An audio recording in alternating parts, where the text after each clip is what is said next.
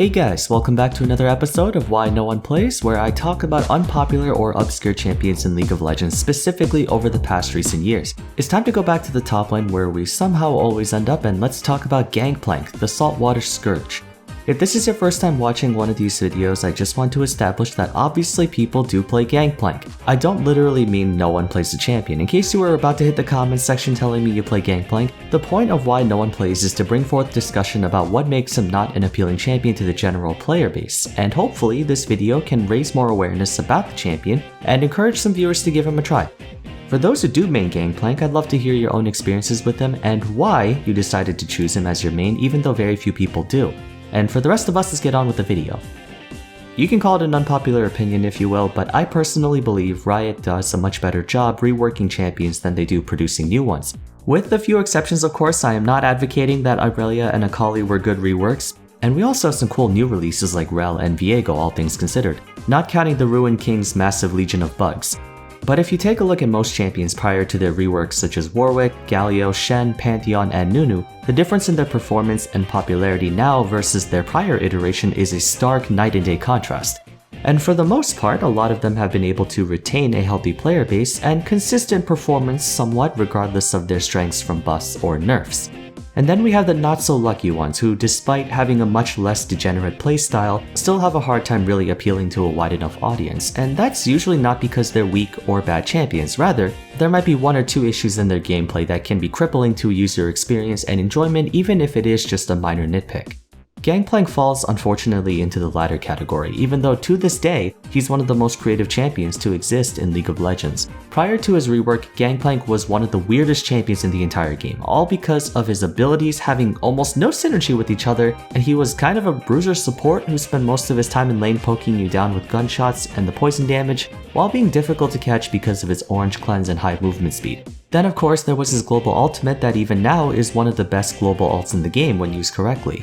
Because I started playing mostly around late season 5, I didn't really see much of old Gangplank, but at one point he was able to even kill his own minions when activating Raise Morale, which was a very cheap and cheesy way to deny his enemy laner gold while buffing him at the same time.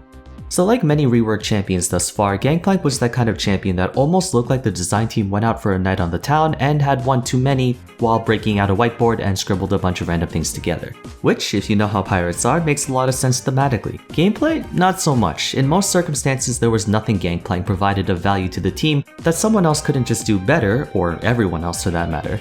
Fast forward to 2015 during his rework and he got a huge overhaul. His Q and W stayed pretty much the exact same while his ultimate received some extra shiny toys. His passive and more importantly E were changed completely. Trial by Fire periodically makes Gangplank's next basic attack do a huge amount of true damage over time and it gives him a boost of movement speed, also reactivating instantly whenever Powder Keg explodes. Compared to his older passive that was a permanent effect, this one is way more effective in damage if strung along correctly, as you can have 2, 3, or even 4 applications of his passive in a single team fight during the mid to late game. And the damage is no joke either, almost on par with Ignite in terms of scaling, just not without the grievous wounds. Taking even 2 of these is enough to shred most squishy targets by half health. Powder Keg is where things get interesting. Gangplank places down a barrel loaded with gunpowder and a fuse that ticks down over time. If he successfully lands a basic attack or Q on that barrel, it explodes, dealing huge damage, slowing targets, and giving him a boost of movement speed. Compared to Raise Morale, Powder Keg is a much more engaging ability, and if you spent any amount of time watching the popular Gangplank streamers, the amount of crazy burst damage this champion can do can be devastating, especially if the enemy team is not paying close attention to his barrel placements. Because of his one-of-a-kind mechanic of dealing the bulk of his damage through Powder Keg, Gangplank has a respectably high skill ceiling since anyone who wants to play him well needs to have good presence of mind, fast reaction time, and situational awareness, attributes that are pretty much quintessential to many flashy outplayed champions. And for a time, he was actually extremely popular, dominating the top lane for the better part of Season 6, 7, and 8. But ever since Season 9, his presence dropped significantly. So why would someone with a high skill cap and strong pressure in lane and team fights just suddenly drop off a cliff when prior to that they were doing so well? More importantly, why would they permanently stay like that? The answer, at least in my observation, is that Gangplank's weaknesses were completely masked by his strengths up until the point that they got nerfed to where they couldn't anymore. He's not the first of his kind. Just a couple episodes ago, I talked about Callista and Kindred, who faced the same dilemma in their own varying experiences. I didn't cover Azir yet, he is on my list, don't worry, but he also faces a similar problem. Since these champions play in a way quite literally no one else can, they usually are very strong and overtuned and require several waves of nerfs to remove them from that quote-unquote 200 years level. But since those types of champions' performances are determined by the player's own skill level, those overtuned attributes are the only thing that keeps them consistent. The moment you remove that, they can swing all the way to the opposite end and go from super amazing to super garbage. Gangplank's damage is notoriously inconsistent because they can be disarmed by enemy champions if they last hit it before he can. Meaning, if your opponent has a better sense of timing than you do, you lose more than half your potential DPS. In lane, that's not much of an issue because you're usually up against a melee champion and it's usually just one. But during skirmishes and team fights where you're up against 3, 4, or 5 enemy champions, all of them have a chance to beat you to the punch, making it so that your timing has to be that much more precise to remain effective. And that's easier said than done. There are many factors you have to consider when playing Gangplank that other players simply don't have to. Since he himself is relatively weak in close quarters combat, you have to watch your own positioning, because even with oranges, you're just as vulnerable as an immobile mage or AD carry. You have to keep track of enemy threats to make sure they're not within striking distance of you. You have to keep track of each barrel timer while being quicker on the draw than your opponents, and if that wasn't enough, you have to set up barrels in a way that makes sure they can hit the opponent, let alone getting the timing right. The effect radius of a powder keg is only 325 units of range, meaning just about any ranged champion can safely disarm them without even risking a 50-50 because they're out of range. Credit where credit is due, powder keg is a really creative design choice, but it's also one of the most uncomfortable abilities in the entire game. Your main source of damage can be completely shut down without you having any say in it. There is no other champion whose main mechanic has a built-in no you feature. It is necessary for super powerful abilities to have some sort of counterplay or built-in limitation to them. For example, Nico's Tangle Barbs has the potential to root several targets for 3 seconds. That is an AoE Morgana Q essentially, but it's under the caveat that it has to first strike a target to achieve the empowered root. That condition is fine to have because it usually falls to the player's own skill to overcome that limitation. But with Gangplank, that limitation cannot be overcome in any way. There are not only so many ways you can miss a barrel because you just didn't place them properly, but even if you do get proper placement, they can just completely muck up the barrel, which usually means a wasted Q if you shoot it. Why this wasn't such a problem back then was because Gangplank was pretty much overpowered for the better part of Season 6 and 7. He had so many advantages back then that made up for that intolerable weakness. For starters, at one point, he had the highest base health in the entire game, at 631. Even 5 years later, the champion with the highest base health aside from Kled is Tryndamere at 626 and Garen in 3rd place at 620. And those two need high base stats because they're stat stick champions, while Gangplank isn't. Secondly, he had a lot of early game advantages such as refunding half the mana cost on his Q if it killed the target, very high bonus damage to champions. He was able to stack up so much extra gold from CSing to the point where if you had 10,000 gold, chances are he would have somewhere around 13,000 just by CSing. His Q and W had very low mana cost and E was free. Combine that with his high base health and armor, his healing and CC cleanse from oranges, and it made for a very resilient champion in the laning phase where supposedly that's where he's weak. Oh, and barrels were also wards that lasted 60 seconds, which means he was difficult to gank because he had essentially an infinite supply of wards. All of those factors made it so that he could survive the early game well enough to buy items and scale into the mid to late game when his barrels would do something like 600 to 800 damage per hit, over 1,000 at higher levels. That's why he was able to perform so well despite having that consistency issue, because everything else he had was so good. All of those things were nerfed by around Season 8, but do you remember what was popular during that time? Kleptomancy and Ancient Coin. Gangplank lost the base stats and overloaded kit but made up for it by being able to generate countless amounts of gold, items, and mana just by pressing Q, and he could do that very easily, sometimes getting as much as 2,000 gold for free by 25 minutes simply by spamming Q. This is why you saw Gangplanks have something like 4 fully completed items while everyone else was still working on their 3rd. That inflation of gold was what made it easy for him to continue thriving in spite of those nerfs. Eventually, all of those crutches were removed, preventing Gangplank from cheesing much of the early game. Those super annoying barrels and super weak laning phase he had were surfaced to full effect, and it became very evident that Gangplank just doesn't do very well consistently if left to his own devices.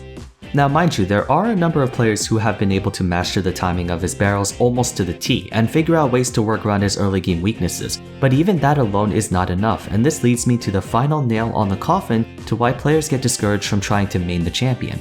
He kind of struggles to carry games. Interestingly enough, if you look at a lot of Gangplank mains, they have noticeably high stats, strong CS per minute, high KDA, all that. but in most cases they may still have a 60% win rate or lower, while some champions can have a 65 plus with lower CS numbers and KDA. Gangplank's pressure, while incredible in the hands of a capable player, is not proactive in nature. In my Why No One Plays Heimerdinger episode, I talked about how Heimer's biggest weakness is that while his teamfight damage and follow-up is top tier, he kind of struggles to initiate, making him more of a secondary damage dealer and not a primary one, which is a role that can only be affordably filled by AD carries. Gangplank is in a weird state to where he loses to a lot of melee champions in a head-on fight, namely fighters and duelists, but he's also not a ranged champion because of his relatively short range and lack of skill shots or long range point and click, since Parlay only hits 625 range. He doesn't have a consistent trade pattern outside of spamming Q, and his all-in potential can be thwarted by, once again, disarming the barrels. This means his only two options are to punish enemy mispositions or follow up on primary engage, neither of which can be forced by him. You could argue that his ultimate is a great asset for fights, especially in the laning phase, but he would still need teammates to be there if he was ulting like the bot lane for example, because he himself won't be there. Ulting to start a fight is ineffective because the enemy team can just get out of it, which is why you usually see Gangplanks use Cannon Barrage after someone else already engages, like your tank or support, or to slow down fleeing enemies to make their job easier. And I already talked about how barrels are too unreliable to be used as poke versus actual poke champions.